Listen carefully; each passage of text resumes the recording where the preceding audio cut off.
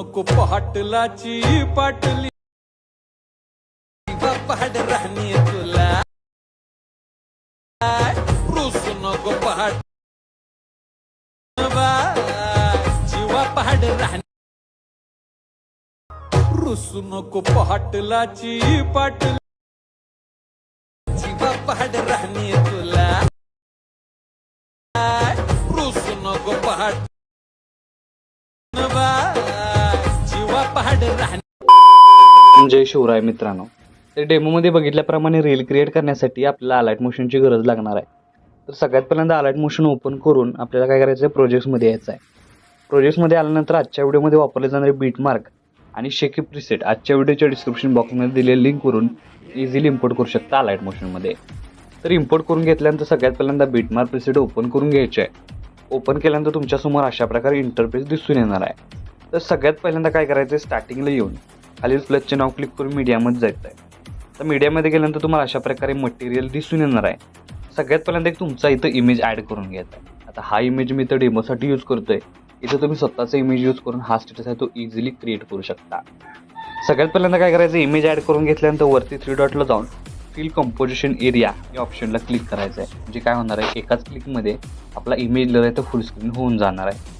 त्यानंतर move on transformation जाऊन third ऑप्शनवर क्लिक करून याच्या अजून साईज वाढवून हा इमेज आहे तो प्रॉपर अशा प्रकारे सेट करायचे आहे। सेट केल्यानंतर याची जी लेंथ आहे तुम्ही बघू शकताय 4.24 या सेकंदाच्या बीटमार्कपर्यंत वाढवून हाच इमेज लॉंग प्रेस करून बॅकग्राऊंडला घेऊन यायचा आहे। बॅकग्राऊंडला घेऊन आल्यानंतर याचा ओव्हरऑल लुक तुम्हाला अशा प्रकारे दिसून येणार आहे।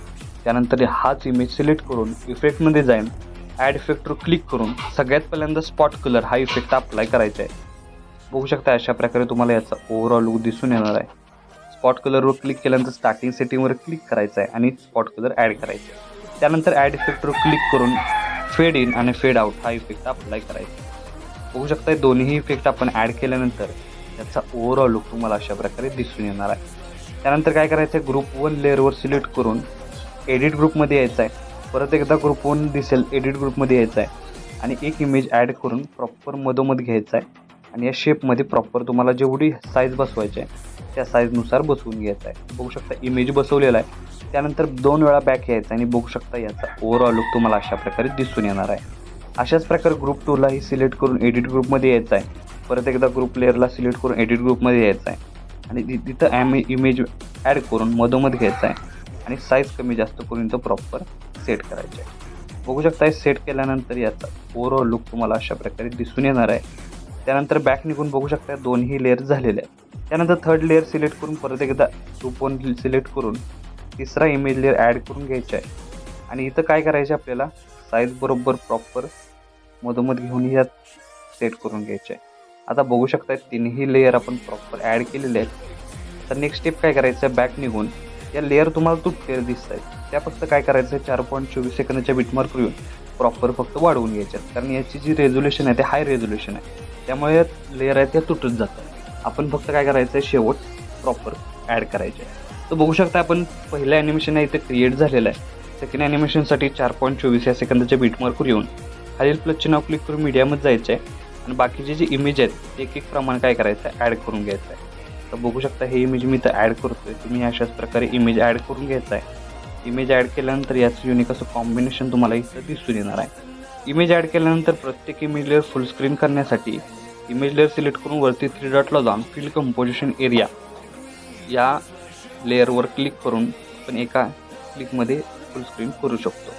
आता फुल स्क्रीन करून घेतल्यानंतर परत काय करायचं आपल्याला, परत एकदा काय करायचं, ह्या ज्या 2 लेअर आहेत ते लॉंग प्रेस करून वरती घेऊन यायचे। बघू शकता अशा प्रकारे 2 लेअर म्हणजे याचा ओव्हरऑल तुम्हाला अशा प्रकारे दिसून येणार आहे। त्यानंतर या इमेजला इफेक्ट द्यायचा आहे, त्यासाठी इथून बॅक निघून शेकी प्रीसेट ओपन करून घ्यायचा आहे आणि हा पहिला इफेक्ट इथून आपल्याला काय करायचं आहे, कॉपी करून घ्यायचा आहे। कॉपी करून घेतल्यानंतर मेन प्रोजेक्टला येऊन सगळ्यात पहिल्यांदा इथं आपल्याला काय करायचं आहे, 4.24 या सेकंदाच्या बीटमार्कला पेस्ट करायचे आहे। त्यानंतर एक इमेजमध्ये सोडून 9.6 आणि शेवट 13.15 अशा प्रकारे या लेअरला अप्लाय केल्यानंतर परत इथून बॅक निघून शेकी प्रीसेट ओपन करून हा सेकंड नंबरचा इफेक्ट इथून आपल्याला कॉपी करून घ्यायचा आहे।